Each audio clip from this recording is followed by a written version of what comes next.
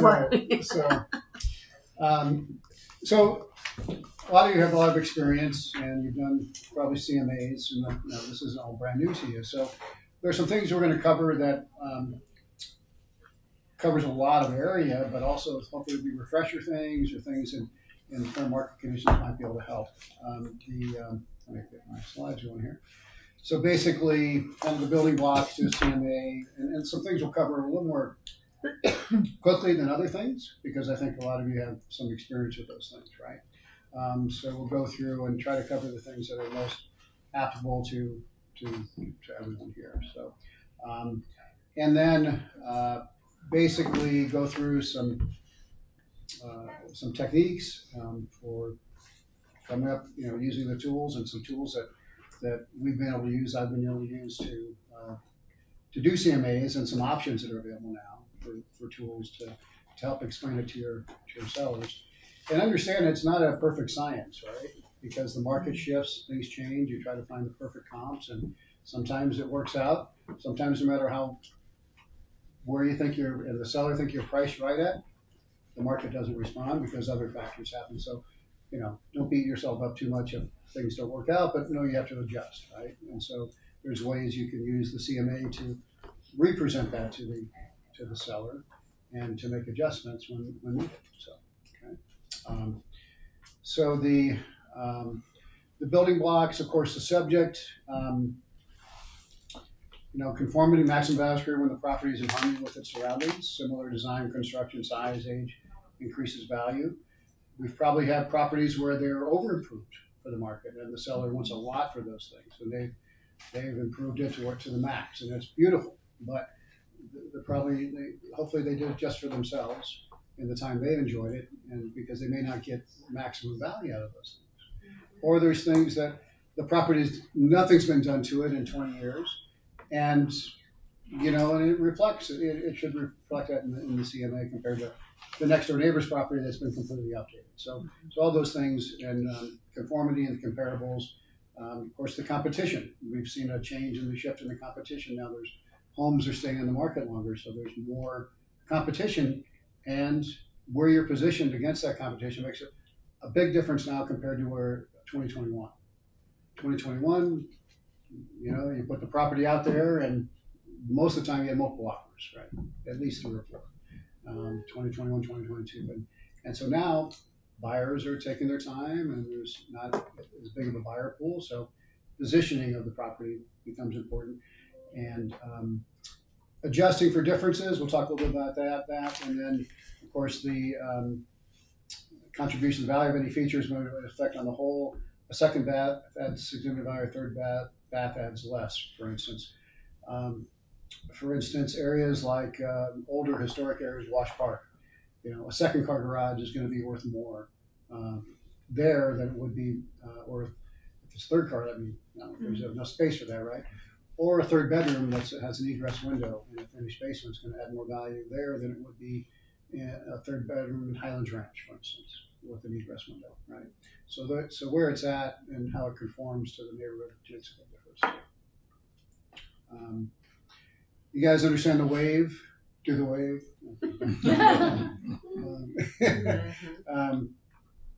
Basically, the first 7 to 14 days is the peak, and you're going to get the most percentage of buyers. And we've all had overpriced listings. No matter what we present to the seller, sometimes they want to say, "Well, let's start here, and then we'll adjust from there." Okay. Well, they may not catch the wave, right? Yeah. They may miss that wave. And then you have to try to recreate a new wave, which could be more difficult. So when it's 15% above market value, you get about 10% of buyers. And when it's 10%, 30% of buyers at market, 60%, and then 10% below market, you get a lot bigger buyer pool, 75% of buyers.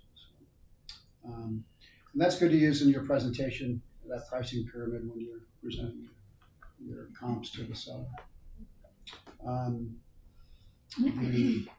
You want to take the next one? Sure.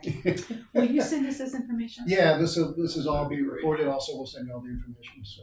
Yeah. Oh, cool. But there's a lot of links at the end too with different things as well. Yeah. Yeah, I think the consequences of overpricing, I think we all know, especially in this market, is that if you are just a penny over, you are going to sit for days and days and days and days. So yeah, and then I just think the entire transaction, your reputation, your knowledge, it just starts to get questioned. And so, even though it's hard to maybe not argue with the seller, but try and prove your points of, I get you want to, you think it's better to start high and then we have room to negotiate and all this stuff, like going through that wave of, our first 7 days is all we have really in this market. And after that, we're going to sit. And so it's just super important to try and explain those points. I think we've all been in the situation of why we overprice. If sellers are pushing, you want the listing. It's a hard house to comp. So all those things contribute to that. Mm-hmm. But now more than ever, I think it's really important to try and push your sellers to price well. Yeah. I mean, and the current market direction. Had listings that came to the market at the end of February, and things just kind of happened with the war at the end of February and March, and all of a sudden the market shifted, and so inventory was building, and so we, redoing your CMA for the seller when those things happen. If you think you're priced right, but then all of a sudden, well, we got showings, but we're not getting offers, so we need to make an adjustment, right? So those are things where redoing the CMA while it's on the market can help too. And it's not worth it sometimes just to win the appointment, just to price something too high just to win the appointment. Sometimes it might be worth it if the seller's willing to drop after 2 weeks if they're not in the right price range. Sometimes it might be worth it, but other times, there's times where the market can be tested and other times there's not. So. It's expensive to list properties these days, so wasting money is a big thing right now. So there's some tools that we use, and some of you may have used these things, and also understanding where the seller's at and explaining that to where the AVMs come from, the Zillow's Z estimates, the NAR RPR, which is a little bit better as far as the information, the realtor evaluation model, and got some examples of those here, so we can. One of the first things that when I hear from a seller or a past client that's interested in selling, back into MLS here, is I'll pull up Zillow and I'll pull up RPR and see what the AVMs are, and see what they're seeing. Right? And sometimes that's part of your conversation. What have you seen? In your neighborhood, what do you think your home's worth? And see what they're seeing online as well. And the AVMs, it's a tool. It's kind of a baseline to see what your client's saying. But they, as the market shifts, they may not be accurate because they could be off either direction, right? The RPR tool is a good thing where it gives you an RVM confidence. And when it has 5 stars, that's within 10%. 10% either way. So as it goes down in number of stars, it's less. I mean, it's a bigger difference, right? So you'll see the range here. This particular one, 769, and it's 7. I guess it's not. It's only 5%. Sorry, my bad. 5% difference. And then I think 10% is 4 stars, and so 5% variance either way. So yeah. And the other tool that gives you is. Nice thing about this report, it'll show you the month change and the year change in the RVM. So it tells you the direction of where the market's been. So, which some of the other tools don't show you this. Right? And then it also gives you some of this particular listing's been set in the market a while. So I'll give you an example where the seller wanted to price it at, and we had comps that supported it, but then the market shifted. And But I think this is a real good tool. You can do CMAs in RPR as well. And we won't get to an RPR class, but there are classes on that. And does anybody use RPR? Okay. I've had issues with RPR. Okay. The comps they pick are like not appropriate in the ones when I've done a CMA and RPR. Right. You have to pick you can select your own. You can. Yeah. It's not a real obvious. It's a complicated process in RPR, I think. Mm-hmm. But my main problem is the value when I first plug in the address is like not even close. Mm-hmm. So interesting. Yeah. Well, that's and that's where it's used as a tool. You look at that, and I've seen some like that too, where they're not even close. Some that are pretty close. Zillow is the same way. You look at that. Some are like, okay, well, it kind of makes sense. Others, because they're just looking at, they're automated, right? They're just looking at, they don't look at the specifics of each property, especially if it's an area where there's a lot of eclectic properties, right? Where they're much different than each other. It's not going to pull in our data. So. And if there's a lot of actives too, like sometimes when the market gets like this, where in 2022 when the rates hiked up super fast, really, and you were just kind of, the way I was comping homes is more of like actives and pendings because the for sales mean nothing. And I feel like this market is kind of feeling that same way because every property that closes, like if you listed it for that, you would already be behind in the market.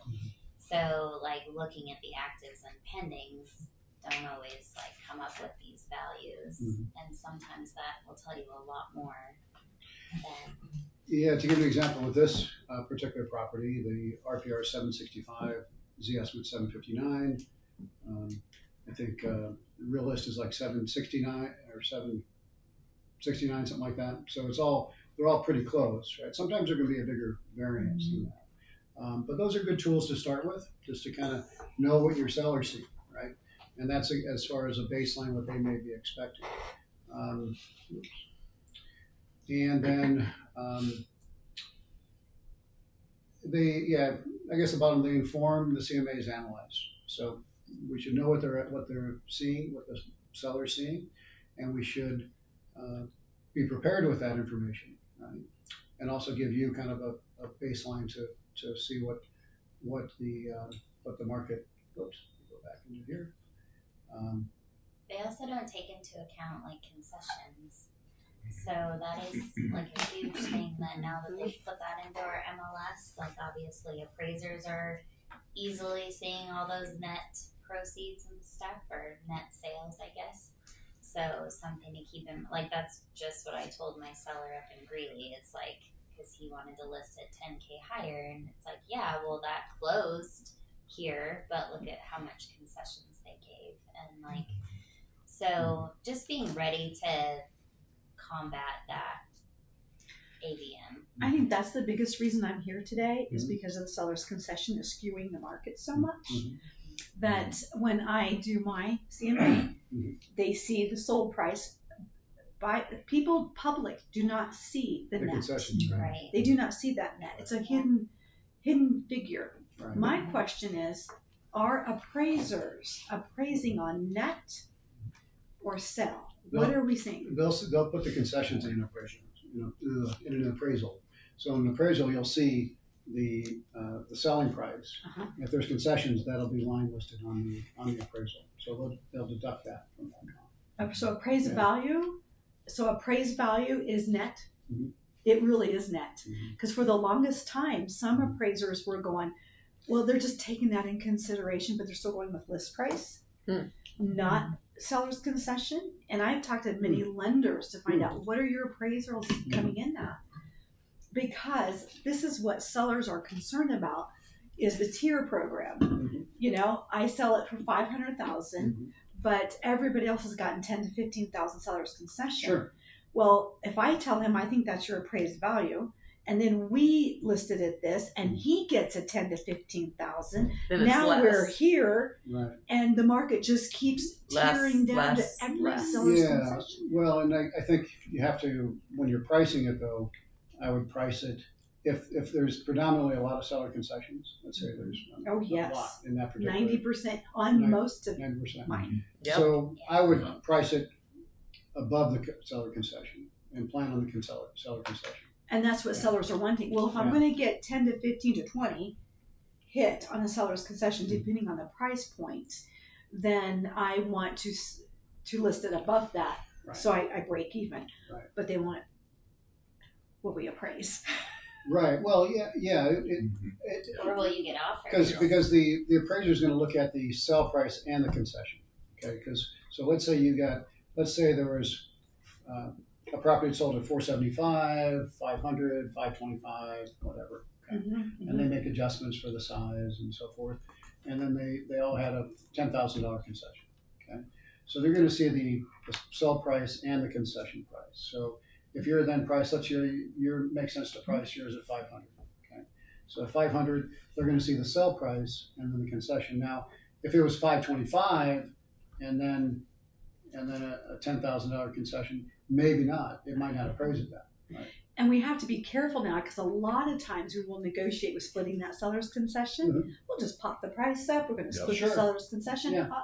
Now we're not going to appraise. Mhm. Right, and that's So it's always then a concern. Yeah. You get to appraisal point. Oh my gosh, we didn't appraise, and we totally have to Yeah. you Right. renegotiate the seller's concession. Right. Everything gets Right. Yeah. so Yeah. it's definitely been It is a sticky a point. pricing point. Yes, Yeah, it's been it is. And I think you have to price it where you expect the market to respond. Okay, at the bridge price point, that the market's going to respond.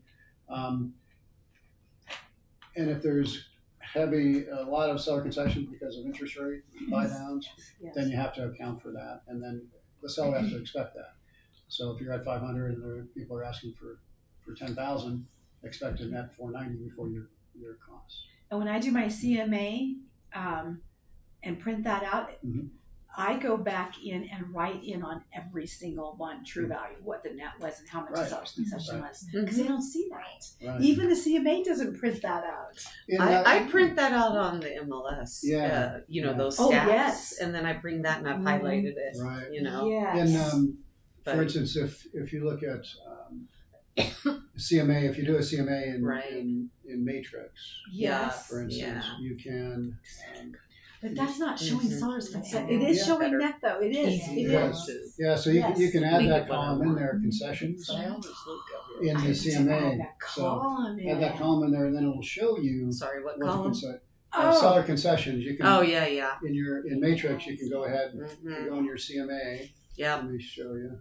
I never have done that. Yeah, Oh yeah. my so, gosh. Yeah. even on your home screen, like there's certain columns I've added, like, and that's my default, Mhm. and that's one that I've added because Mm-hmm. honestly, like, even if I just print out that single line display and I bring that to my sellers, like, hey, Mhm. then it has that column in there. And the But that column is is super- seller's concession Yeah. to add the column. Or Or concessions. it's the net sales price. Oh, right. You could add Net. either or. net. You add net. So if I you not go- add column. net. So if you then go- I just say, like, look at the net. See, watch this. Then you can do the math. So if you go in This is the CMA. Matrix, Matrix. go in Matrix in your Yes. CMA program. Have Yes. you guys use this? All Mhm. Have you used this? I use it Yeah. all the time. I Yeah. have not. Yeah. And then I compare it to RPR, and then I. Right. But right. this is my Yeah. major. So if you, when you set up the CMA, you can select what pages you want, of course, the Mhm. subject. You go in the subject, Mhm. and so down the bottom here, you can pull in concession amount. So that's a linked field. So you edit custom fields. So you can add, location adjustments. You can make, like, if it'll give you your location. Like if it's on a green belt, cul-de-sac, whatever. Okay, you can pull that in there. Did you add seller concession amount? Yeah. You did that. Yeah. So basically, you link to matrix field and its concession amount. Oh man, Mhm. that's And why then- I'm here. There's I got my nuggets. There you're your done. nugget. You're done. You're done. I'm done. I go back I know, Yeah, there you go. So yeah, so that's a real helpful tool to show that on the line item. Thank you. It is because we're really dealing with two very significant values Right. that have to be weighed in. Right, and when you look at it, when you view your CMA, you'll see that it'll show that on each item.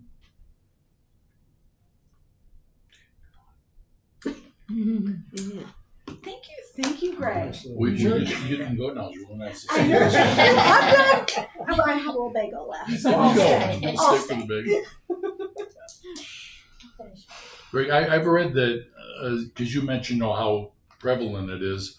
Over 70% in the Denver metro area of seller concession. Does that number sound right? It doesn't sound right to me. No, it depends on the property and the price point. Are you thinking Okay. more? But 70% is what I Man, I would read. think higher than 70. I would have really thought higher. It depends on the price point, really. I mean, Okay. if you're But just overall average, 70%.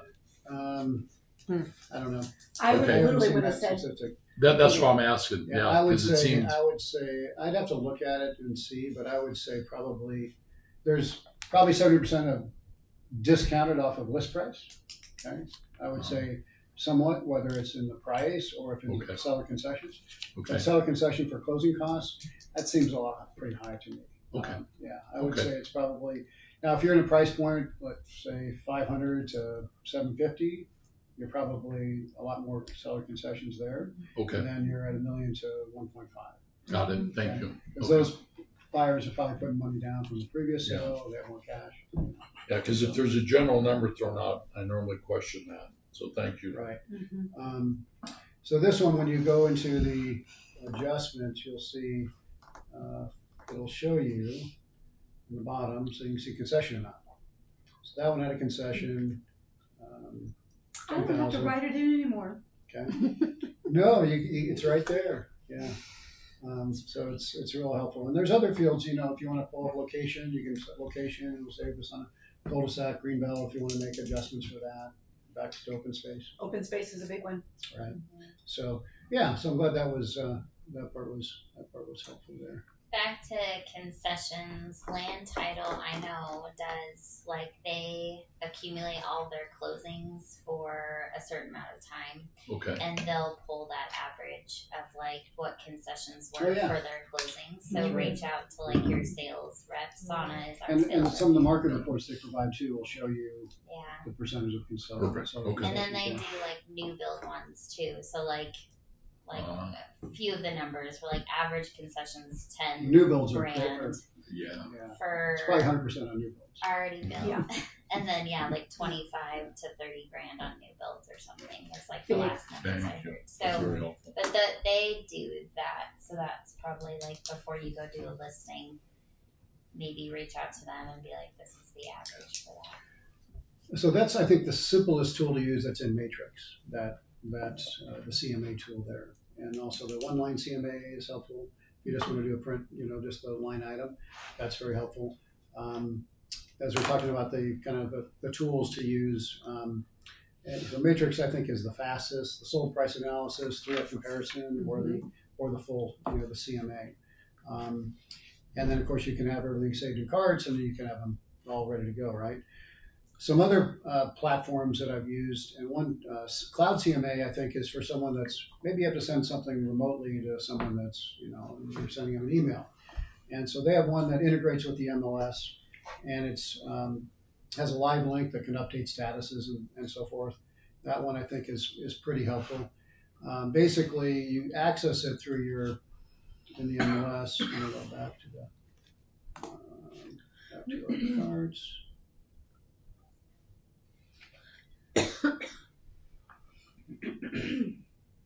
So this one, for instance, you can access it right in cards. I don't want that many. Go back. I went down the wrong path, didn't I? There we go. So right here, if you select your listings you want, you can do Quick CMA, Cloud CMA. So then it links to Cloud CMA if you're set up on Cloud CMA. Okay. And it's a program that will provide, when you open it up, it'll provide a customized CMA report, and you can, it brings you, you can do a live report, so it's all online. And so the comps come up like this, where you can see it on the map view. And the map view is kind of cool. So that's just something you could email a link to, you're saying? Or? yeah, you can email a link or do a PDF, either one. So it'll pull up the comps you selected, also pull up other sales that are in the area. Okay. And so you can see each one, you can pop it open, see all the details, and it has all the photos there too. So it's kind of a nice tool for if you need to email a report or provide a report to the seller and they want to, they Because like it a is lot like of the they data. can zoom through it. Yeah. So if you're not in person, kind of what you're Yeah, saying. if you're not in person, or if you go in person and then you want to leave that with them, if Yeah. they're someone that's taking their time. So They're it's kind of techie. sometimes people want to see a report before you meet with them, even, right? So it's kind of a helpful tool for that. Had one where they were getting ready to list, and it was going to be 3 months before they listed. So we did a snapshot then, and this would automatically adjust, or I can make adjustments to it and provide that to them. Okay, and then there was things they were going to work on their house, like Yeah, painting here we and are. carpet and all that stuff, right? So that's kind of a neat tool. It depends on your seller and what they're, if they want all the nuts and bolts, and they want to really be hands-on and view everything. But I think it gives you a good feel for, well, this house has, it's been beautifully updated, and yours hasn't, right? Exactly. And let's see how yours looks to this one. And you say that a little differently. You say this house has been, they put a lot of money in updating this. You've taken good care of your home, but it's still the same as it was. We 20 can't years say it ago. the way you just said it. I'll have to do this Yeah. and send it to myself. So it creates a link. Yeah. I'm going to send it to myself. Yeah. Yeah, that's How what I much do. is class? Is it You know, so it's do you know? extra? Yeah, I think it's like $49 a month, something like that. That's Interesting. not fair. We No, already pay a no. membership. Well, and there's different levels. I think there might be part that's That's okay. We'll free, figure it out. but I don't. Interesting. You don't get all the tricks, probably, Yeah. right? Yeah. I would check it out though, see if you like it. But Yeah. I guess it and you depends can on the make client. adjustments with it. So, for instance, with In-house. this Yeah. report, it's kind of go back to where we're at here. So it gives you kind of the average pricing, gives you a nice little chart, shows the average pricing of the actives that sold. So you've got that. Online valuations, it just pulls Zillow data, but it shows, like in this instance, 5.6% difference in Z estimates compared to what the market's done. Okay. Yeah. So it gives you an idea of what that is, so you can share that with them. Time to sell gives you a chart on the time in the market. It gives you intelligent pricing. It gives you the chart. Okay, the wheel. And then you can add your own custom things, right? So you can add your own seller guides, home enhancement guide, those type of things. So there's kind of a neat tool, and I think if for someone you do need to do things with online, that's a great way to send it to them, so they have more interactive, and they can see more pictures and everything right there. When we're talking about tools, we'll go through this pretty fast, but the other tool that I've been using recently for CMAs and for real estate reviews is called Focus First. And this Focus First is a subscription base. It's $300 a year if you prepay for a year, or I think $180 every 6 months. The company's out of Fort Collins, and former real estate realtor. And you pull up 2 years data that you export from the MLS. You go in the MLS, you pull up 2 years data and export it for that neighborhood into this program, and it's all actually you save it as a CSV file, export it from it's pretty easy to do, and then you can come up with basically a report that you can have for your seller, and I really like it for real estate reviews because it'll give you the last 12 months data, what homes are selling for, and this gives you some area trends. For instance, up here, you can also pull in the FHFA appreciation map or chart that shows you what the appreciation has been over the last, gosh, how many years now? 20 years. So shows you what the trends have been in the area.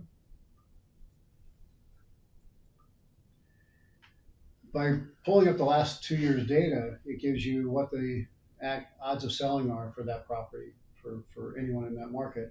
Shows you the last 12 months, under contract for sale, did not sell. Shows the summary of activity for 2026 and 2025. Okay. And then shows you what the average time on the market, and this is average time to close. So this is under contract time. Okay, and so listing time and close time. So for this particular market, that's what's been happening over the last 12 months. The seasonality, number of properties closed per month, so it shows you that. It's kind of a neat tool. I like it. And then the location of the past sales shows you that. And then the positioning is a separate download that you select the properties that are active and how you should position your property against that. And so it gives you the properties you pulled up there, and it gives you basically a trend line based on, and you can choose finished square footage or above grade square footage, and it shows you the trend line based on that size. This is where the property trend line is. Okay. And then talks about positioning versus the market, the buyer zone where you're at, and then I like this pond, real estate pond, shows you how many are flowing. Under contract, there's 0. 2 showing for sale, not under contract. 2 stagnant that exceed the average days on the market. Oh, no. Okay, and it shows you what the supply and demand is. It favors buyers and leaning towards buyers in this case, right? So, yeah, kind of a neat. These are selected. There's not that many properties, right? And then positioning versus the market, understanding bridge pricing. So it's kind of a neat tool. It gives you a quick summary. But that's focus first. So they just came out with this new kind of format a couple weeks ago. So, I'm kind of a geek when it comes to stuff like this, I guess. So, going back to, any questions on that? The real estate reviews are pretty cool because you can do a real estate review, just send it past clients in about 5-10 minutes. Yeah, just downloading the data, it'll pull it up, and then because you're not doing a full CMA, you're just showing what the market conditions are. So it's kind of a neat presentation like that you can send to them. Whoops, I'm finger happy here with my. So supplemental data sources, you guys are probably using market stats in your CMAs where you'll pull up. One thing I like the RPR report, it does show where the trend is from last year and the last month, what the RVM trend is, and you can pull up the neighborhood, the market for the neighborhood, and it'll show you what the trends are. So those are helpful. Of course, Realist has kind of similar things. The monthly stats you use, county assessors from square footage. So I guess the thing is to have a consistent template that you use so it's a consistent workflow, right? Like you use Matrix, which is simple, it's fast, you don't have to download anything, it's right there. And then you can also add those adjustments for the concession time, right? So, so that's, I think, the simplest one to use. Presentation-wise, probably not the best presentation, Great. but and I wish they would improve that, especially since they just raised the fees, right? I know. So. But you can, what I've done in the past, so like, in all honesty, I did not bring a CMA to my listings. I just pull comps. I assess where I think, like what the adjustments are. I print out a single line display that has the items that I want. And then I'll save like the comps with all the full listing and the pictures and everything to a PDF that's ready to pull up on my computer if they want to see them.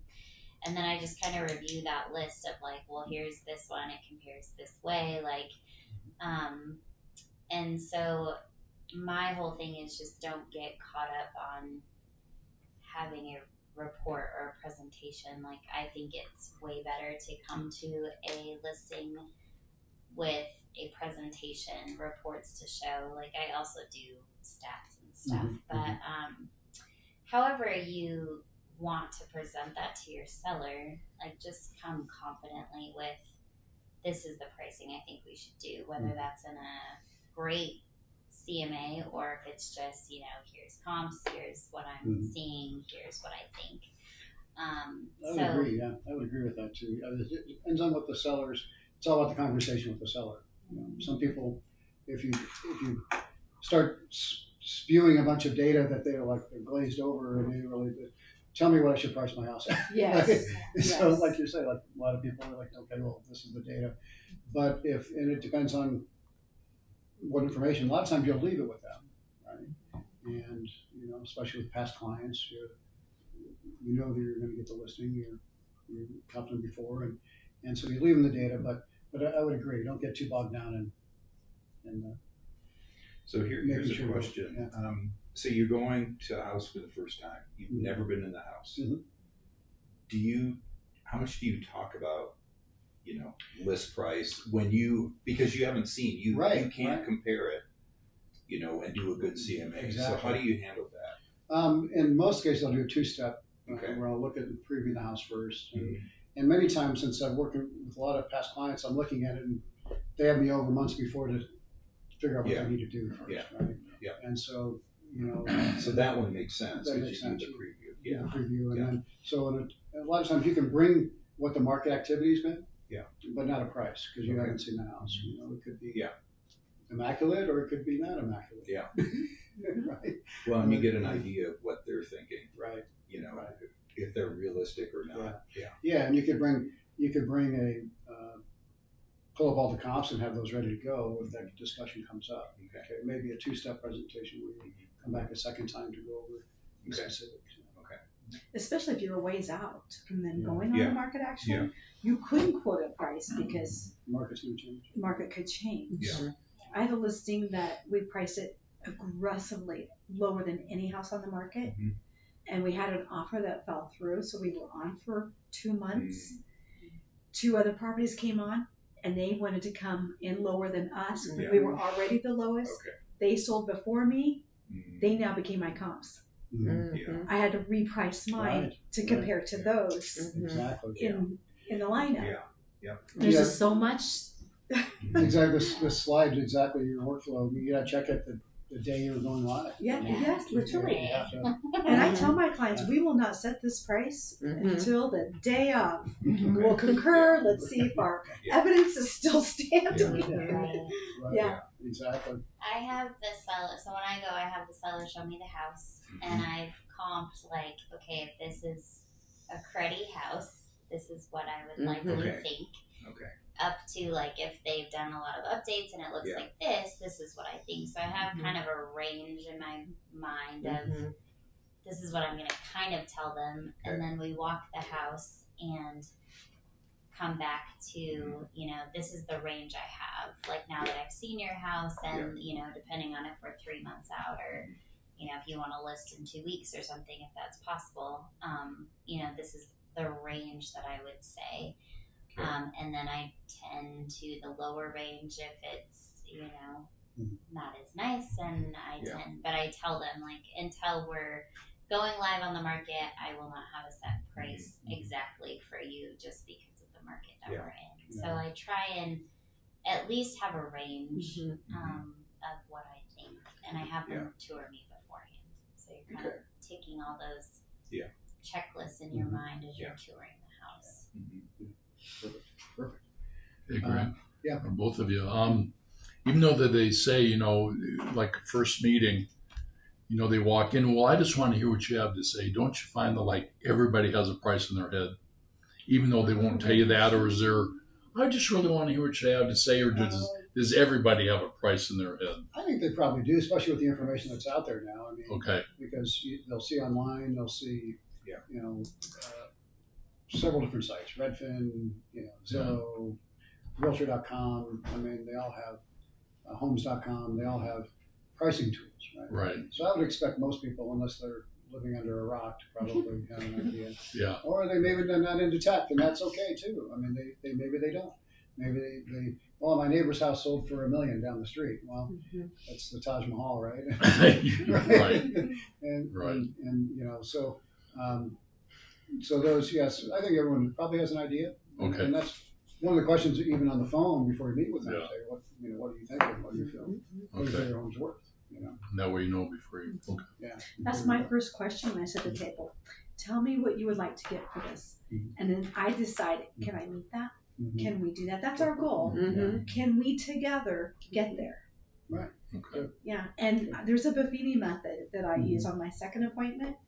We've set a price, but when we do that walkthrough and it needs paint, needs carpet, needs this, and the seller's saying, no way, no way, no way, that price comes down. Yep. Right. Way don't get more this. than what the paint would cost, too. You betcha. Right. Oh, you betcha. Right? You tell them. Yeah. Because they're going to come in. Yeah. People with a are like, quote that's 10 twice grand. that amount. Yeah, of course. And so, but I need to get this for my house. I won't do Well. this. I won't do this. Okay. This comes down, and it's very not like I think or wimpy. Oh, yeah, you're right. It's this. Well, it comes off. they're looking to you for advice. Yeah. And that's important. So you got to be that way. And, It's again, the truth, and you It's just have to tell them. and Because we're a professional, and you Right. asked me. Right, for my this is professional. what we do every day. Yeah. So, and the market sets the price. The buyer market sets sets the price. Yeah. The seller, we'd all like to get. a lot I more usually than we say, you're sounding like a typical seller, and here's what a typical buyer's going to say. There you go. can. Because I get that. Sellers don't want to put any more money into their house. And that's typical. And here's where a buyer's going to walk in and say this. They're going to add everything up. They're going to add it, and it's going to be double what we can do it It'll be beforehand. Exactly. Yes, and then let's look at this house, and how do we compare? And so we're going to come in lower, and this one's going to go before us, and this is our competition. Exactly. Anyway. Yeah, that's perfect. That's perfect. Thanks for sharing that. That's That's a perfect That's first the question Yeah. because First question, and Yeah. then that makes that our goal poster. And can we do that? That's the number in your head. Yeah, or you walk. Right. yeah, Bye now. yeah. Good luck. Yeah, that's too far. Yeah. Yeah, Wonderful day. and some real estate agents or realtors, sometimes they'll tell them something that they just want to hear. I know. And so you have to preface that too and say, I'm not just going to tell you what you want to hear. I'm going to tell you what the reality is. And Yeah. this is where the market's at, and this is what what buyers are paying, and this is what buyers will think of your home. And do we want to position it here or here? Right. My quote is, "I'm not here to list your house. I'm here to sell your house." Right. Oh, that's a So really it good kind of like just lays it out there, like Anybody That's a good can one. list it. If they Everyone want needs a price. break. Yeah. It's 10:50, and Yeah. the water's going off at 11. Woo! Right. yeah, Thank you. break. Yeah, it's like the old Jerry Seinfeld. Anybody can take a reservation. Right. Anybody can list. There you go. You want to sell the house. I love it. In fact, I'm going to write that down. I'm not here to list your house. I'm here to sell it because there's a huge difference Yeah. in the two. Yeah. Even your Sure. photography and your Yeah. professionalism and Right. your price and anybody. Yeah, I've seen you can pictures put it on thrown the on. Right. Yeah. I can take it with my cell phone. Right. Right? Oh, aren't those lovely? Oh, who cares if the bed's not made? Right. Dogs in the picture. Oh, the dog or the reflection in the bathroom mirror. mirror, The yeah. lighting, Right. the lighting is terrible with the cell phone. Oh goodness.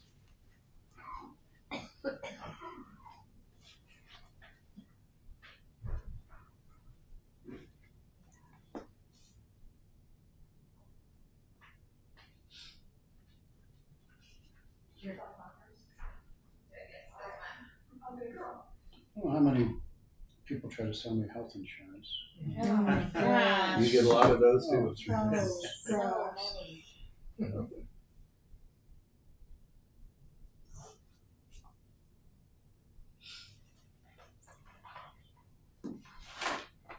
Yeah, I don't know when you delete it, delete the report spam. I don't know if that actually does I anything. know, or I've been not. doing that too, and I'm like, I wonder. Right?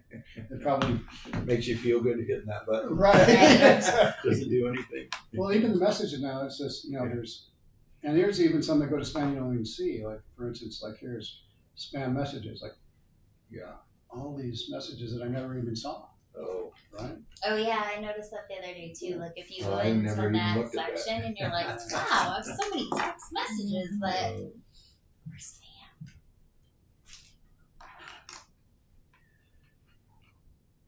And so you can filter those out.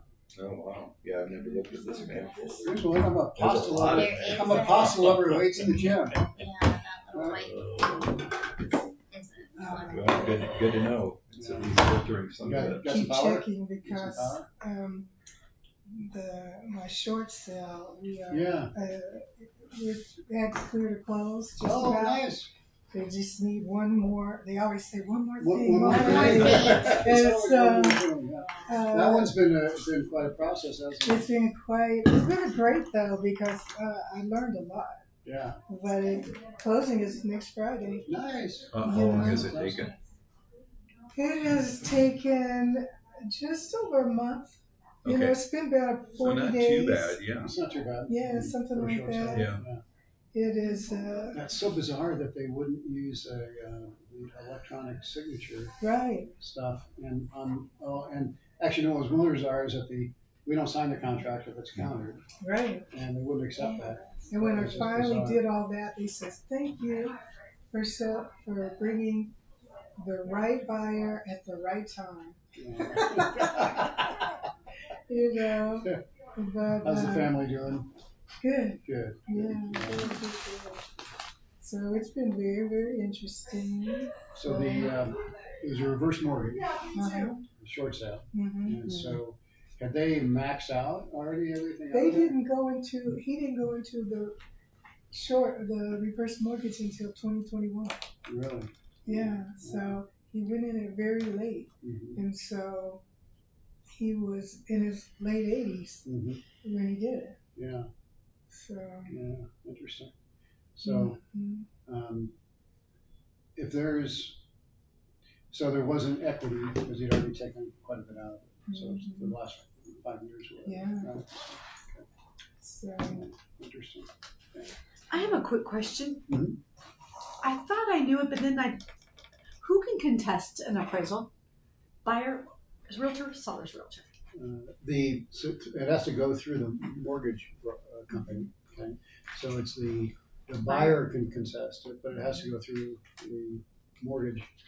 I'm sorry, the seller can contest it, right? The seller's agent would communicate with the lender. First, the buyer would have appraisal objection, right? Mm-hmm. And the appraisal, so we contest it, right? And so, but the seller could also, if the seller says, well, this isn't right, okay, this comps are wrong, or what have you, Yeah. they can contest it. It has to go through the mortgage broker. There's a specific form you have to Oh, fill yes. out, and then you have to have the comps and explain everything and all that. So, But I was told on this last one I was doing, no. The selling realtor cannot, the listing realtor, she can't contest this if it doesn't come in, right? I'm like, yeah, she can. She can, right? That would be the one that Yeah. would be, I feel like. Me Yeah. too. yeah, Because most buyers people- agents want like- it to. I was on the buy Right. side, and I'm like, yeah. And she's like, I'll Yeah. contest it Yeah. if it doesn't come Yeah, in. that's And they usually aren't successful though. No. I know. I've never had one really successful. Even No, when the I haven't appraisal either. was totally wrong, and the appraiser was a doofus and made a lot of mistakes, and I'm like, really? I mean, you're not going to. I mean, they had adjustments were all wrong. The square footage was wrong. I mean, things like that. Several mistakes, and went through the appraisal management company. They made those mistakes, but they still. I think this one was off like. It was off like $5,000. It was a ridiculously low amount on a $600,000 house, right? Yeah. And then it was like, really? And they, the appraiser wouldn't, and they Wouldn't budge. wouldn't budge. He just wanted, that appraiser would not budge. He was lazy. Yeah. He was lazy, yeah, pretty much. Well, they said it, and fighting it's hard. Mm-hmm. Yeah. All right, getting on to, so identify subject characteristics. I think one of the things that is important is which comps to pull, right? I mean, which comps are the best, because especially if it's a weird neighborhood, you might have to really kind of search hard for the right comps. If it's a very cookie cutter neighborhood, sometimes those are easier to find. Okay? So there's a Parker or Highlands Ranch, Centennial, those are all pretty straightforward. And typically what you want to start with is that immediate market area within a quarter mile, half mile. If it's a subdivision that's identifiable, boundary of that subdivision with a map, right? Above grade square footage, usually 10% variance. Start there. Sometimes you have to go 20% variance if you don't have enough comps. When it's a ranch or 2-story, I'll match the style to the comp. So if it's ranch, I'll go with ranch unless there's not enough available. If it's a split level, go with split level homes. If you combine ranch and split level and 2-story all together, you're going to get it's a little bit mixed, because a ranch is going to sell for a higher price per square foot than a split level, right? So some of those things are important. And again, it depends on what you have for comps. I have seen appraisers do use 2 stories on an appraisal for a ranch home. Rarely, but I have seen it recently. Which is it just because they couldn't find enough ranches? Just because of it just didn't have enough? Right. So they made adjustments for the style of home and so forth. But use the same style when you can, and then of course condition. You look at the condition, that's going to drive the adjustments and so forth, and amenities. Finished basement. Is it landscaping stellar, outstanding? Is there an outside area that's like more adds essentially living space because it's so very nice, right? I think solar is good to touch on in this one. Yeah. I had this seller that paid $35,000 for solar, upgraded his solar, I could live off grid, and no one cared. A single lip I about tell his people solar. that too. Yeah, it's interesting. It's so hard. It doesn't add a lot of Didn't that How value. is it a negative though? Because if there's If a it's lease, not If there's a lease, it's a Yeah. negative. Yeah. Right. Yeah. If they it's not have to paid pay off. it off, I feel like now Yeah. through their Oh gosh, equity or and this, whatever. could you imagine in this market trying to do that as well? Mhm. So it's a detriment. It's a When I see detriment. a solar panel, I'm like, oh, Please be paid off. yes, Right. please be paid in full.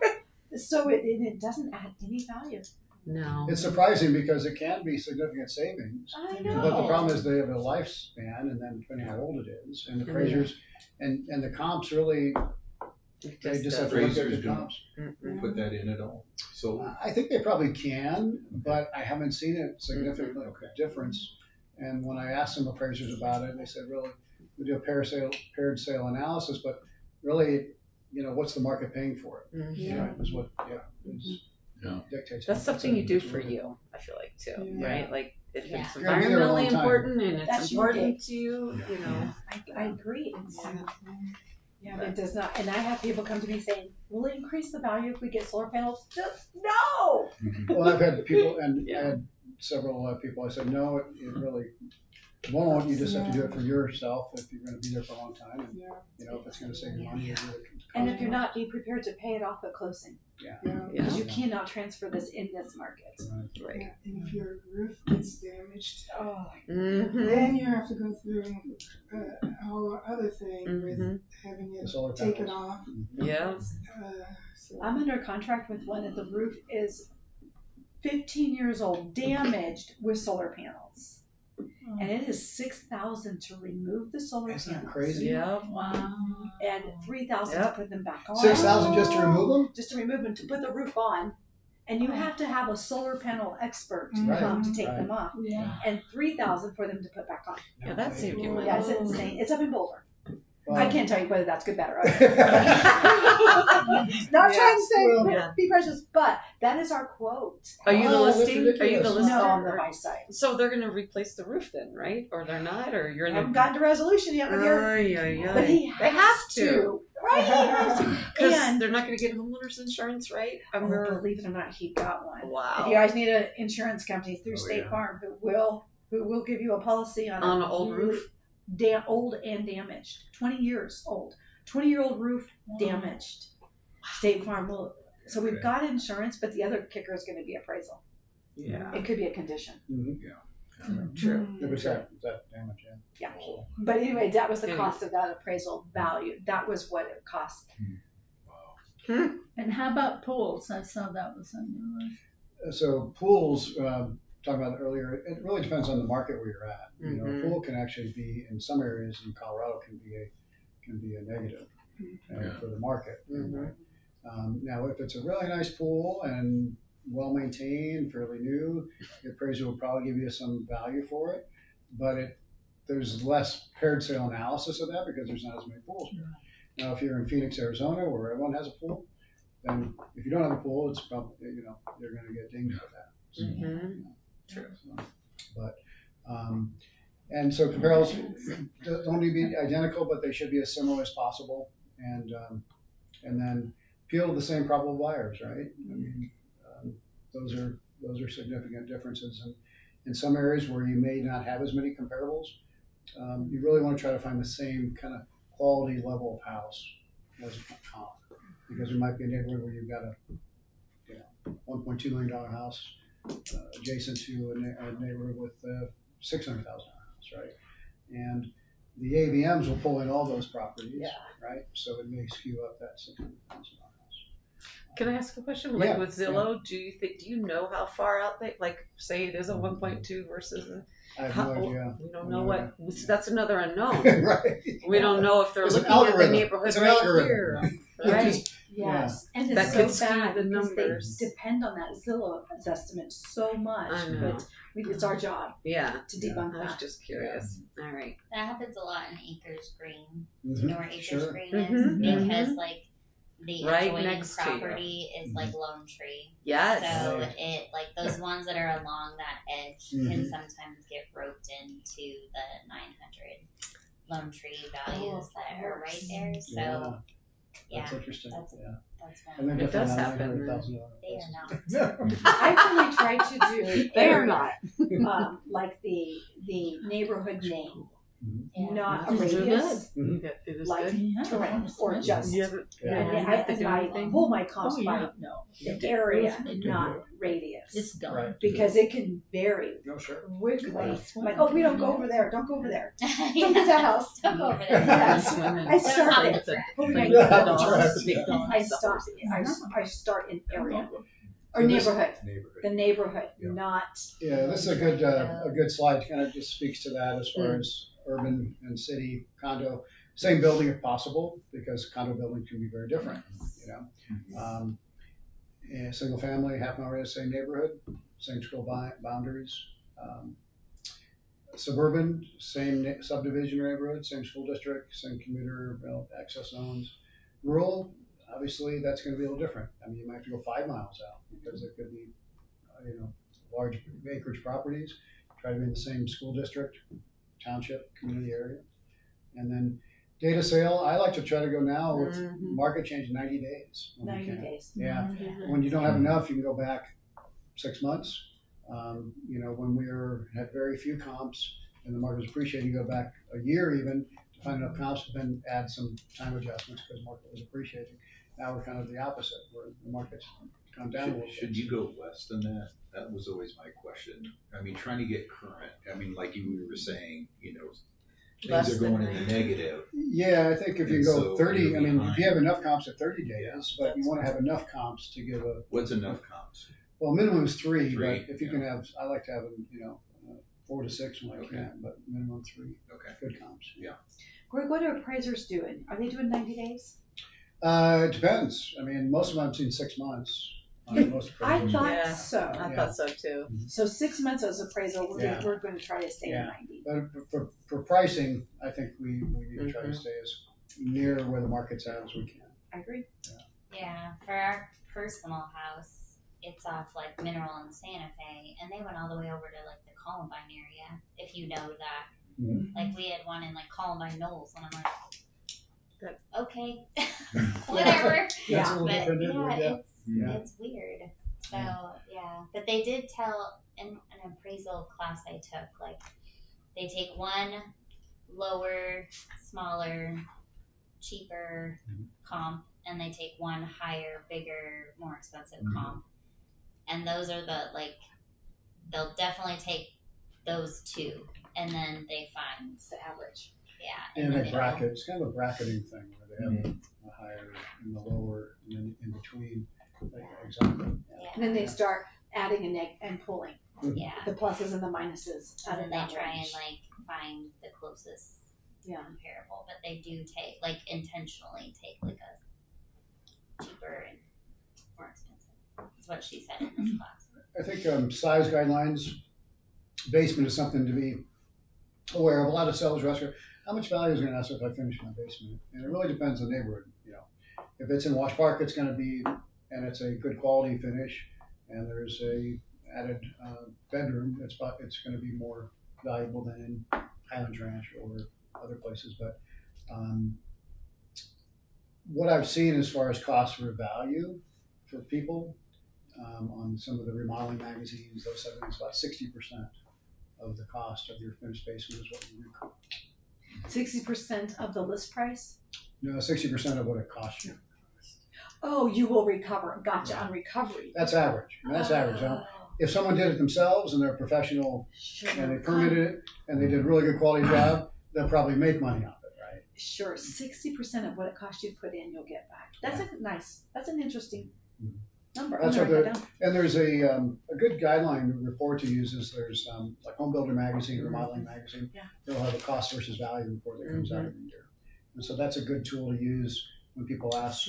And that's general, of course, because, and again, we have to be careful with generalizations because some things might, depends on the neighborhood. It depends on what's been done to it. Right? And what are you If it's doing? Are you just going to walkout put or a not. family room in and storage, or are you going to put a bedroom and a bathroom in? Right. Right. Yeah. And a bathroom in a basement doesn't add as much value as a bathroom upstairs, right? So when you see appraisals, you'll see the basement bathroom is of a lower value than a upstairs bathroom. So. Do you know the numbers when somebody like has an unfinished basement and they say price per square foot to finish a basement? Like, when I first started, it was like $70 a square foot. About 150 now. I was going to say, please. I haven't got a quote please recently, don't but the fall. last one I think it was about 150 or so. Okay. That's a good number to know too. But I would just check with some contractors. So living area, 10 to 15% of the subject. So you don't have that big of adjustment. If you get those within 10 to 15%, that's ideal. Incorrect or outdated data. That's things that can derail your comp set, right? No photos on sold listings when people just put in the and the other thing that you have to be careful of is if people put in a off-market sale and it's very low. I usually take those out of the equation because they're not going to be an accurate picture of the whole market. Or there could be one that's way high, and so that skews it the other way. It's like, why was that one so high? And maybe they had incredible upgrades that no one in that neighborhood's ever seen before, right? Yeah. So those are things that can derail your comp set. So again, AI is something that some people are using as a tool, but again, it's only as good as the knowledge that put into it, and so be careful with those tools as well for artificial intelligence, because we have to use our expertise in seeing the properties, knowing them, and discerning what makes sense. Calling agents is a huge one. Mhm. So like if you don't, if that's not a practice that you do, I would highly recommend you start like calling if it is like super high or super low or doesn't have any information, like call the agent. They probably won't call you back, but that's kind of the trend these days. Yeah, someone But, pretty No, good. no one will call you back. Yeah. Yeah. but some of it, to try and get information, but also like under contracts, like what are you actually under contract for? Yeah, when there's pending, I'll call them up and Do say. they tell you though? Some will. Some will. Some do, Some about will. like 50-50, Yeah. I would say. It depends on, and it's probably not in the best interest of the seller if you were a buyer wanting to see what it was under contract for, if you wanted to put it back up. Right?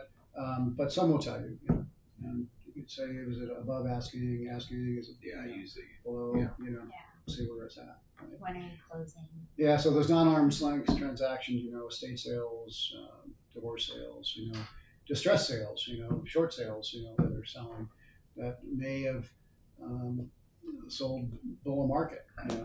Is there a lot of those happening? At one point in time, not too long ago, about, what was it, 15 years ago now. Gosh, longer than that now. almost 2000. Oh, it was like 19 years ago, 7, 8, 9. There was a lot of short sales and a lot of foreclosures. So that was where the market was at. So some degree. Right now, unfortunately, we're not quite like that. But there are more short sales. So as and we've seen a few more. So we talked minimum 3. I like 3 good ones is fine, but I'd like to have 4 to 6 if we can. And then look at the actives and preview the active listings for your seller, and sometimes bring your seller. Yeah. I mean, you've done that, right? I do that, and so they can see. Well, this house is it's staged nicely, and it's. I guess we better bring our A game, right? So, right. Yeah.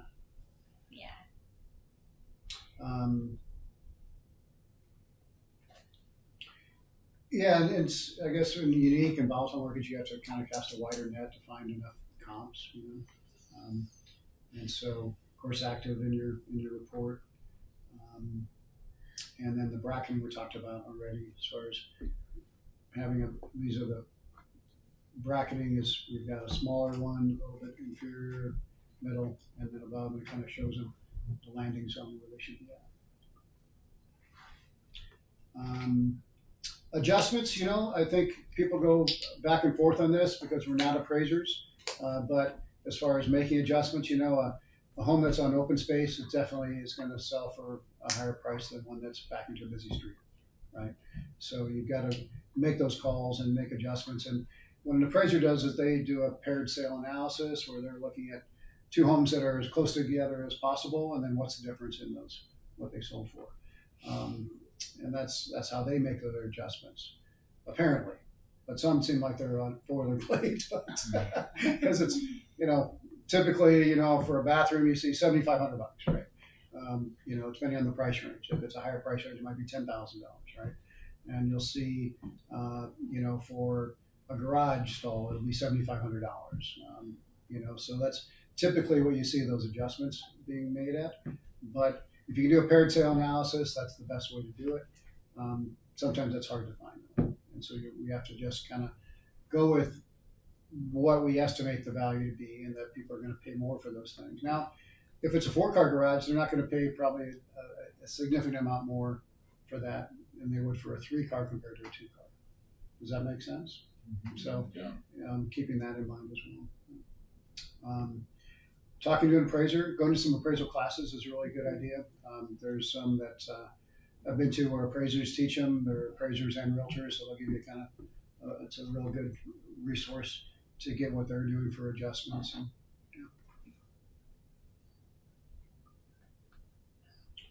pricing unique properties.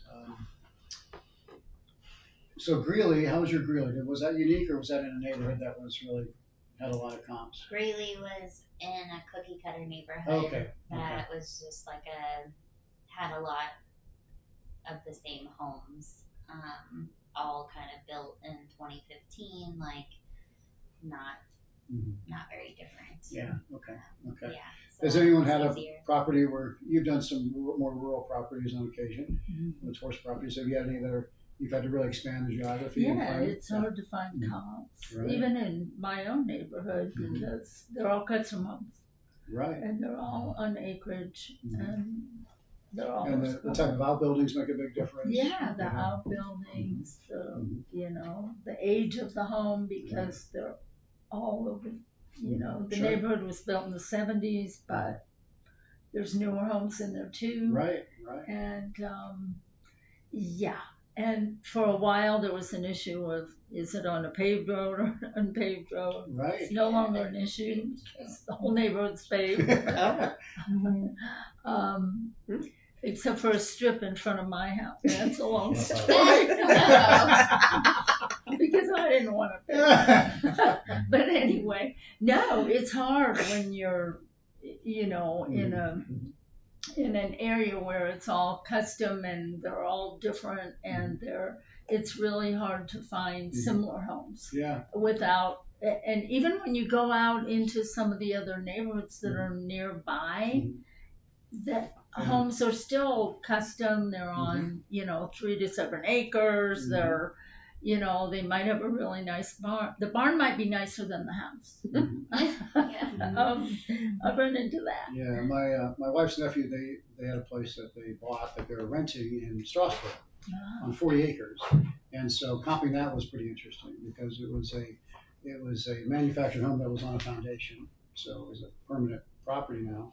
And then and there's a very eclectic properties on 40 acres out there. Some that are really nice, incredible. I mean, I looked at one that had most incredible. The horse arena was worth more than the house was, right?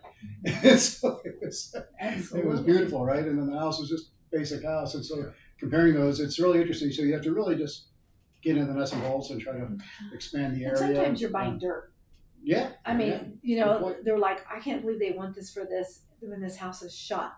I know you're buying the dirt, and dirt's expensive. Yeah. Dirt's very expensive. And so you have to go out to Strasbourg to find 40 acres usually. Yes. Bennett or Deer Trail or Yeah. somewhere out there. they're just throwing the house in for free. Right. That's just the plus. We'll give you a house. Bonus. Just a little bonus. Another point where that kind of comes into play is some areas where there's a lot of scrapes going on. Oh, Okay. indeed. So, West Denver, there's areas where there's smaller properties and they're scraping them off over by Colfax and, Edgewater, some of those, and the land value, or of course Wash Park, that's a common one, but the land value is worth more than the property is. And so it's a double lot, it's something that, someone's going to scrape it and then put up a duplex, right? And that'll sell for $1.5 million each side. Right? So the land values, so you have to be, just discern what's going to be the highest and best use for that property. Yeah, I had an agent where they were buying a condo, so going back to maybe not location, but going back in time, and there hadn't been a lot of sales on that community, so we had to go back. The appraiser came back and basically did a Tidewater on us, which is a VA loan. Basically we can't find comps. And so we were okay, so we went back 2 to 3 years to find comps on this property, and then had to kind of adjust for timing and what had gone on in the market. So sometimes it could be location, or sometimes it could be going back further and just explaining there's nothing else we can really do, and going that route too.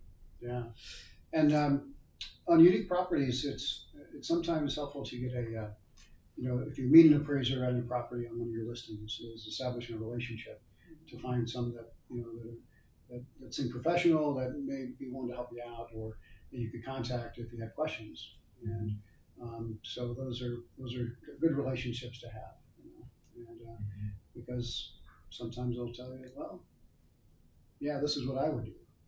And then you can have, we'll do that. So we kind of touched on the rural properties and so forth already, so we kind of go into this one. Highest and best use, we talked about that. If it's a small preliminary home in a tear down neighborhood, might be to raise and rebuild there, right? So, and the lot value might be the main thing, and you could look at other homes that have sold for that same purpose, right? And so find lots that have sold. You can look at lots for sale as well. You can see what your competition is on the land side of it.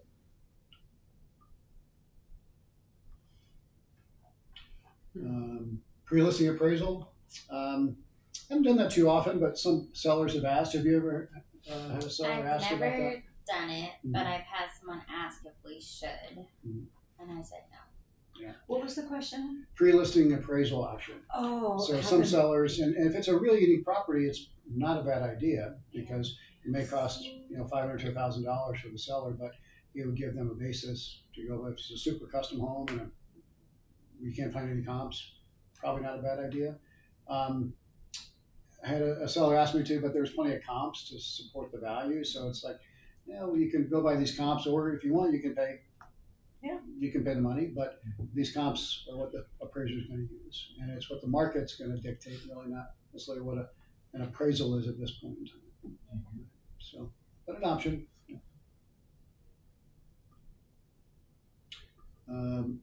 course, active listings, knowing where you're at to position it. That's something that's I think real important. How long those have been on the market, and had a listing recently where it's an 80116, and there's a lot of neighborhoods that people are buying into. South Shore, this is in Saddle Rock, and it's a little bit older, and so the people are competing against a little wider area because people are buying newer homes that don't need as much updating, but they may not have as big a lot. Taxes are a little higher, and all those different variables. But we had to expand it and really look at keeping the seller informed in that situation of what was happening in the overall market in these other neighborhoods that they're buying, Talons Reach and South Shore, where they're buying, and what's coming up in those properties, what's active there, and what's selling. And what was selling more were the newer homes, right? And so we had to keep that in mind and adjust our pricing accordingly. So, I think that's huge, and like where they're still building. Like if you have already built home you're trying to sell and there's still a builder in there, like, you know. and they're offering $40,000. Yeah, and you're like, right. It's So- really hard to compete with the new when you have that. And I have got one coming up in South Shore that they're not sure when, but they're so afraid of the fracking. And she probably texts me every week going, because she's on their little board thing against it, and wanting to know, Stephanie, how much is this going to hurt us? What is this going to do to my home's market? And I can't tell her that. Do you know?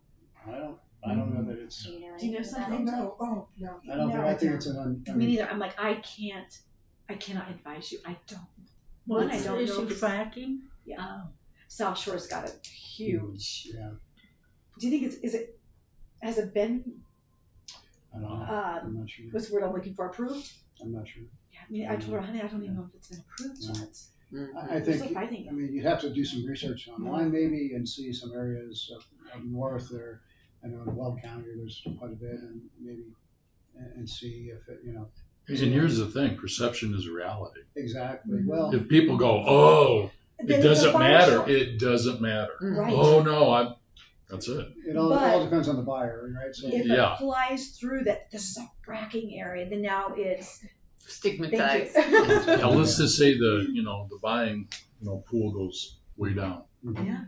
You're not going to have any water in here because of the It fracking. doesn't And they're matter. for sure moving.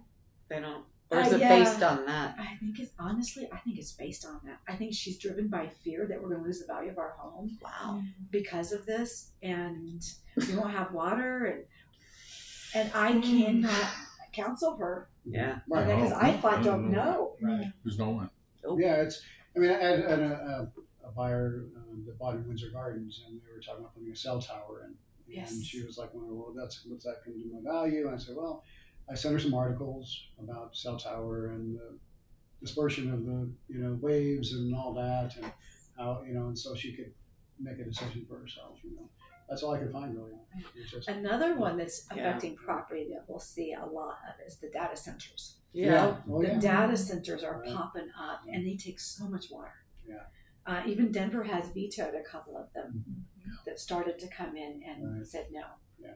So That's that's important. another. Absolutely. And how are we supposed to know? Like, How do I know what a data center is going to do to the neighborhood? and is it really going to happen? Or And is it going to finish? Right, and those are No. speculations that we don't. Yeah. We know. can't grasp. We can't No. advise on that. I live it on a personal note. Yeah.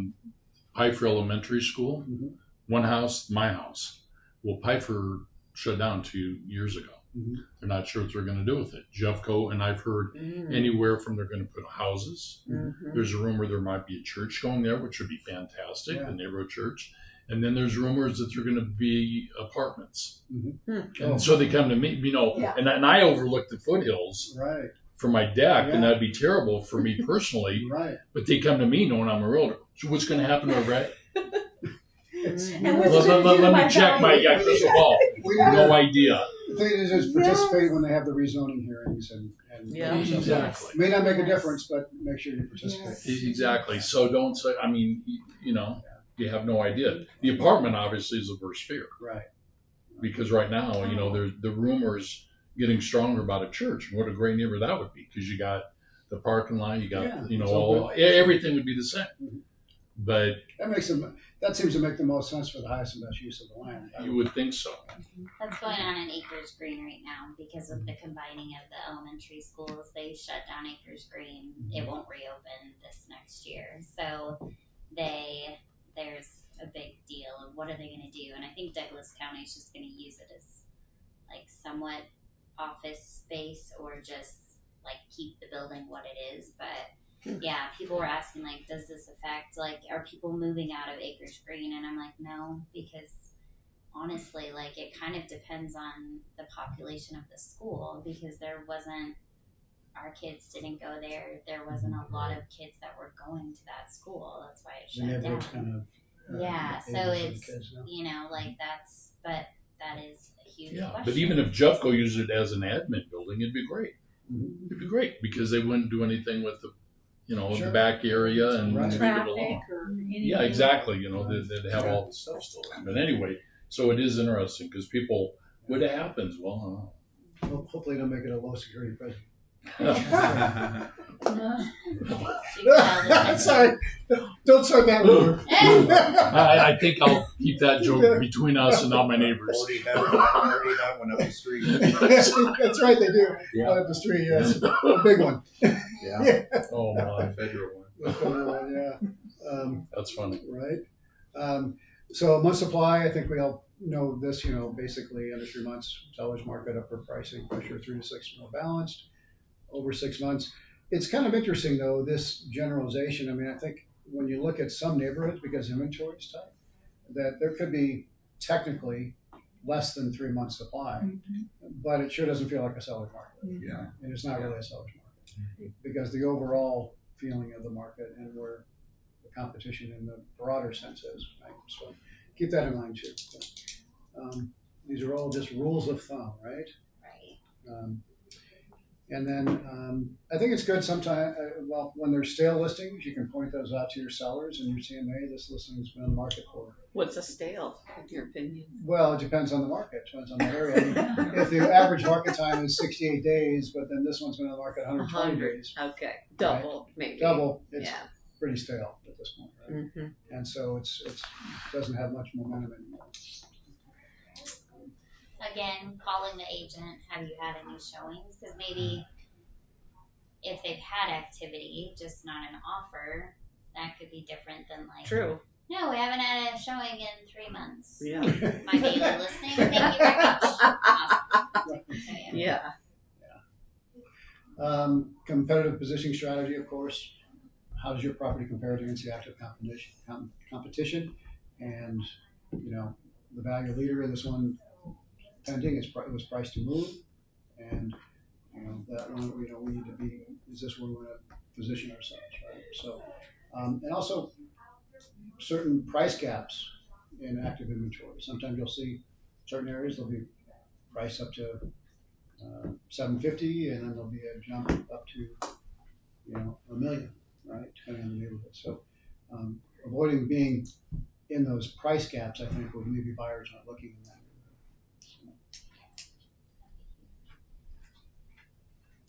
I have an appraiser on the phone that can't get into a property. I'm like, this is the solar house. This is the house with the solar house. Oh. Because no one will give him, he can't reach the seller, no. he can't reach the realtor. What? Yeah. You're on the buy side. So I'm on the buy side. So, I'm like, well, I'll send an email right now. Yeah, see if I can get him in. Yeah, you'll get them in. Yeah. Well, that's weird. Yeah. I know. It's always weird. He knows that. Everything I do is weird. Oh my God, weird. There's always something. Real estate's just weird. It's just always something. Good to see you. But that is weird. Yeah. So directly adjacent to stronger similar property at the same price point, you're going to help sell that property, right? Or if you're priced higher than that property, let's say it's, you're just going to help sell that other active property because people look at yours, look at the other one, and say, oh, this is a better value, so let's buy this one. Yeah.